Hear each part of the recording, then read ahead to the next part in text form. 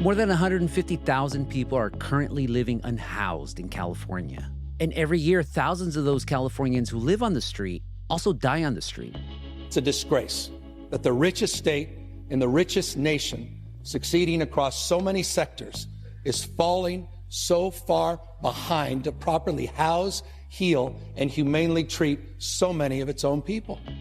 A proposed homeless hospice center in Sacramento wants to offer terminally ill, unsheltered people a place to die with dignity, but nearby residents aren't happy about it. I'm not anti-unhoused in any way, shape, or form. I think it's a great project. But before I vote to put this near our school, I need some answers. I'm Gustavo Arellano. You're listening to The Times, essential news from the LA Times. It's Monday, November 21st, 2022. Today, why everyone wants to solve California's homelessness crisis, but no one wants those solutions to be anywhere near them. My colleague Mackenzie Mays covers state government and politics. Mackenzie, welcome to The Times. Thanks for having me. There's just so many approaches to trying to help homeless people, from offering housing to finding folks jobs to even offering showers to their pets. But until I read your story, I had never heard of efforts to make homeless folks die easier. How did you find out about this? Yeah, so I'm based in Sacramento, and there was this big argument in a community not far from me, a school board. Meeting will be called to order. In July, I watched this school board meeting play out online on Zoom. Next is agenda item A3, opportunity for the public to address the board. So these centers are trying to create a home for people living on the streets to die. And they call it transitioning. Joshua's House, this facility that's supposed to be the first homeless hospice center in California and on the West Coast. It's supposed to be up and running in January. Thank you, board members. I'm here this evening representing the community surrounding Garden Valley Elementary School. We urge the board to adopt Resolution 1093, opposing the placement of Joshua's House in front of Garden Valley Elementary School. So Joshua's House will be located next to an elementary school, and people were really angry about it. They didn't want their children to walk by it, essentially. It's unacceptable to build something right across from school. What's to say that individuals are not going to be hanging out outside? We don't even know what's going to happen there. And on the other side of the debate, people were really appalled by that argument, saying these people can barely walk, let alone, get out and hurt someone. They're there to receive care in their last moments of life, and they're not going to be walking around. They're not going to go out and stab anyone. They are there to receive end-of-life care.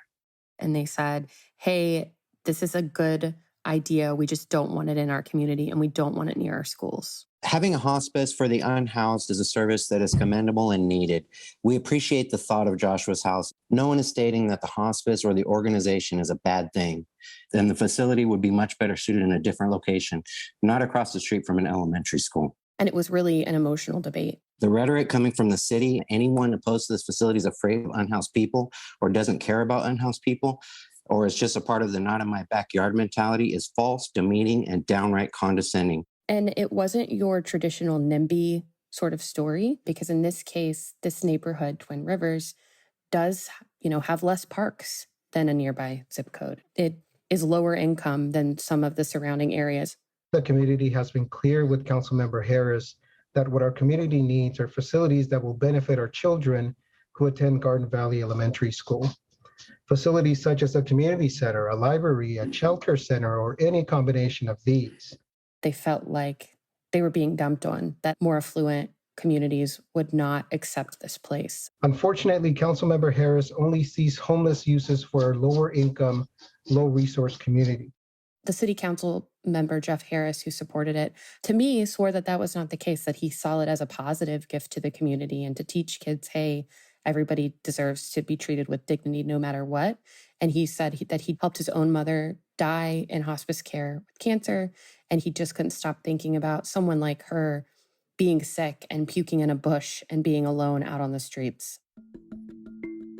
And I couldn't really stop thinking about it because, like you said, in California, we're constantly talking about homelessness solutions. The governor is coming up with ways to combat homelessness. Voters are always naming it as an issue. We're always talking about how homeless people are living on the streets, but not so much about how they're dying on the streets.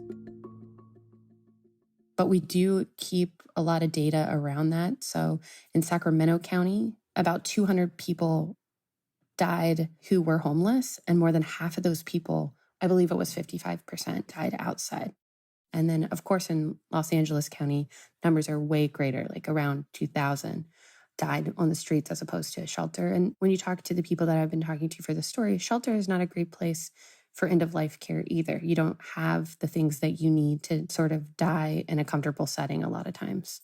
So Joshua's House is trying to be a solution to a problem that has existed for a long time. So whether you are homeless and you go to the ER or go to the hospital and find out that you have a serious medical condition, you can't really heal well if you're living in a tent or you're living on the streets. So with hospice, usually people come to your home and they make sure that you die comfortably and with dignity. If you don't have a home, hospice can't really operate.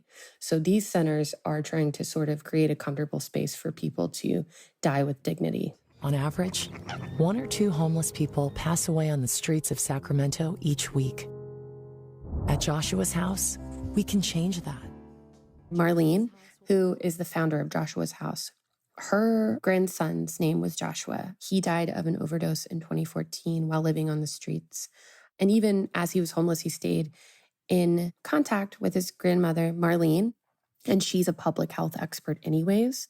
So after he passed, this became her whole life. You know, she's doing all the research. She's conducted so many interviews and studied all of this to figure out, like, hey, this is actually something that benefits everyone. After the break, we look at a homeless hospice center already in operation. So, Mackenzie, you spoke to Marlene, the founder of Joshua's House. What did she have to say about the school debate? When I was talking to Marlene, you know, about this debate playing out, Marlene's rebuttal was, would you rather your kid step over a dead body on the way to school? Because that could happen. The alternative is that they're still going to die on the streets and your kid might see that. She felt like really hurt by it. Californians have gotten like so far gone on the homelessness issue that we won't accept a center where people die. Are there a lot of them across the United States? No, there are not. There's only a handful. And I actually had to fly to Salt Lake City, Utah to get to the closest one I could observe. I really wanted to tell this story about what a homeless hospice center does, why people were upset about it. But the closest place I could find was in Salt Lake City, Utah. And it's called the In Between. So we flew there to see what it's all about. I haven't spent a lot of time in hospice centers. So I was preparing for a really emotional, maybe quiet, closed off place. And that's not what it was like at all. B9. N32. There was bingo. There was a salon where people could get their hair done. There was a big dining hall. You know, there was a smoking patio. Nice to meet you. This is Mackenzie from the LA Times. We're roaming around. Times. Nice to meet you. Nice to meet you too. Thanks for coming out. People were really welcoming. Everybody wanted to tell me their story. And sometimes you almost forgot that it's a place where just about everybody is actively dying or could be soon. And then this is a meditation room, chapel. It's kind of a multi-purpose. Pretty immediately, I'm introduced to the blue butterflies. They're these little plastic blue and white speckled butterflies. And when someone's dying, you pin a butterfly to the door to signify the no one dies alone policy, which is an invite for someone to come inside so that people know, like, hey, it is this person's time. And, you know, we would love to have you inside to be with them on that day. But I was told that I was there on a lucky week. The week prior, they had 3 or 4 people dying or on the cusp of dying, and that's just how things ebb and flow at a center like that. So how does someone qualify to enter the in-between? Like, what's the criteria?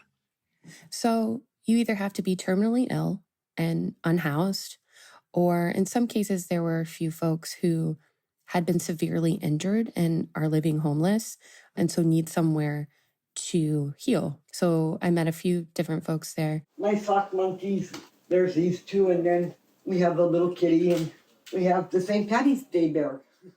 Patty is the president of the resident council at the In-Between. She loves it. She loves her room. She was very happy to show us around. She is really great at bingo and has so many stuffed animals that she has won from her bingo winnings. She is just really thriving there. She's a hugger. They call the patty before the In-Between Patricia to sort of signify the before and after. And Patricia lived on the streets for more than 20 years. I think from being so dehydrated, it was in the summer, and I went instantly blind. She had all kinds of health problems, including stage 4 lung cancer. Coffee can dehydrate you, right? She's not much of a water. She has a colostomy bag that she had been caring for with duct tape. She came here to heal, and she's healed sort of beyond everybody's expectations. Yeah. How is it different here compared to there? You're accepted. Yeah. You know, you're not homeless, and we don't look homeless anymore. And, you know, we can clean up and take showers, and something you don't get to do out on the street. Right. The Patty now at the In-Between is apparently so different than who she was before. And you can try to come up with all these different reasons why, but a lot of the staffers will say, hey, she just has a bed, or she has a shower, or food and nutrition. And it really made you think about some of the things I think everybody takes for granted. And they take good care of us here. You know, just because you're homeless doesn't mean that you're not worth anything, or that, you know, you're going to cause ruckus in the neighborhood or something, because that's not who we are. That's very few. It's kind of weird, like when you're sitting there and talking to folks, you sort of forget why they're there, because even though death is this consistent thread between all of them and the reason why everybody's there, they're not necessarily talking about it all the time. It's kind of like they forget why they're there too. You also met a death doula. Yes. So Kimberly Peterson is not only a resident at the In-Between, but also a staffer now. Yeah. When did you get your diagnosis? I got February 18th of 2018. Her heart condition sort of came out of nowhere. I think she was already struggling a little bit. She was paying rent with a roommate, and she just couldn't keep up. She couldn't work anymore. My cardiologist had no clue where to send me. And then someone pointed me to the community connection, which pointed me to the In-Between. She had a doctor say, why don't you go to the In-Between? And it's become a huge part of her identity. I took all the stress of everything away, because all of a sudden I found myself not able to work. Mm-hmm. And they just provided a safe home, safe place to be. And if people take advantage of it, like, they can thrive and be better, you know. So it's amazing. She is dying, but she got certified to be a death doula so that she can sit and help others die. And she has done that with several of her friends. What is a death doula? How do you explain it to people who've never heard it before? It's someone that provides a safe space. So, like, if you look at midwife, keeps them, like, the mom calm and the space. She describes it as like midwifery. So instead of bringing people into the world, she's helping bringing them out. It has a lot to do with, like, legacy and last wishes, and to listen to them, because you want them to find their peace, and sometimes you just have to guide it, but they need a really safe space so they're not agitated. She has sat and held the hand of several people as they left. And when I was talking to her about it there, she cried, and I was kind of surprised by that. It was like, I thought you'd get so used to this that you wouldn't cry or be emotional anymore, just kind of become part of the job. And she said, know that, if she does stop crying, she'll be disappointed in herself. It's still, if I stop crying, then I'm not in the right line of work. If I stop having emotions. But to me, I cry because it's so beautiful.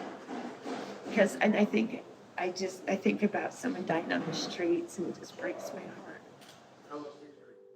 It wasn't at all what I thought it would be. I thought I was going to leave really sad because death is hard for most of us to talk about. And I was sad. But there was a lot of sort of like hope and happiness in it too, because these people's lives changed. Even if it was at the end of their life, things have really changed for them in a positive way. This place is amazing. And it makes me really sad to think how close-minded people are, because when you see someone pass away with dignity, respect, and knowing they were loved, and they find their peace, that's the most beautiful thing in the world. So it breaks my heart that people wouldn't accept a place like this. Yeah. So, Yeah. After the break, what lessons the in-between might have for Sacramento.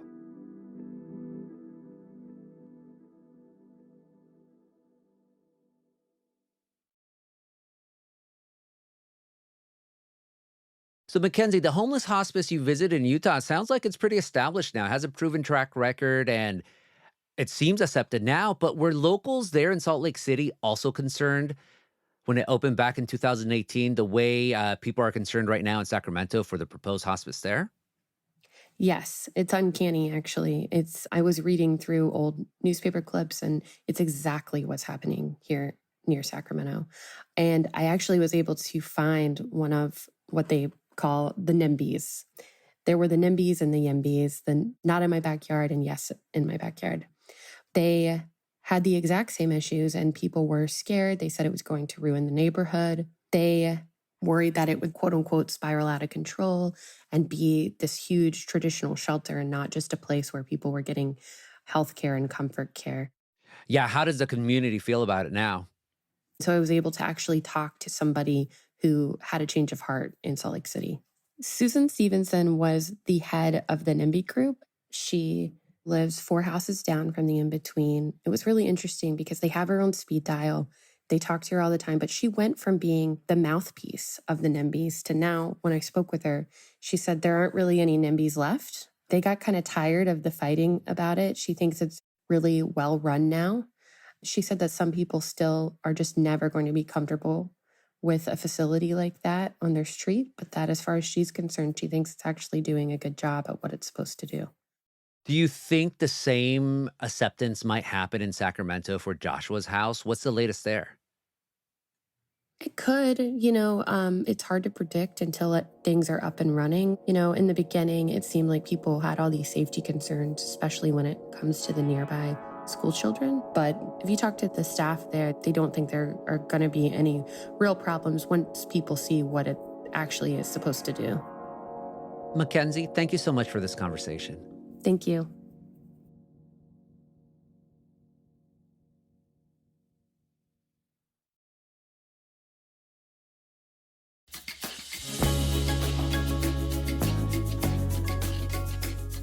And that's it for this episode of The Times, essential news from the LA Times. Maya Croth was a hef on this episode, along with Alex Higgins and Jasmine Aguilera, and Mike Heflin mixed and mastered it. Our show is produced by Shannon Lynn, Denise Guerra, Kasha Brasalian, David Toledo, and Ashley Brown. Our editorial assistant is Madeline Amato. Our engineers are Mario Diaz, Mark Nieto, and Mike Heflin. Our editor is Kinsey Moreland. Our executive producers are Jasmine Aguilera, Shani Hilton, and Hiba El Orbani, and our theme music is by Andrew Epin. I'm Gustavo Arellano. We'll be back Wednesday with all the news and desmadre. Gracias.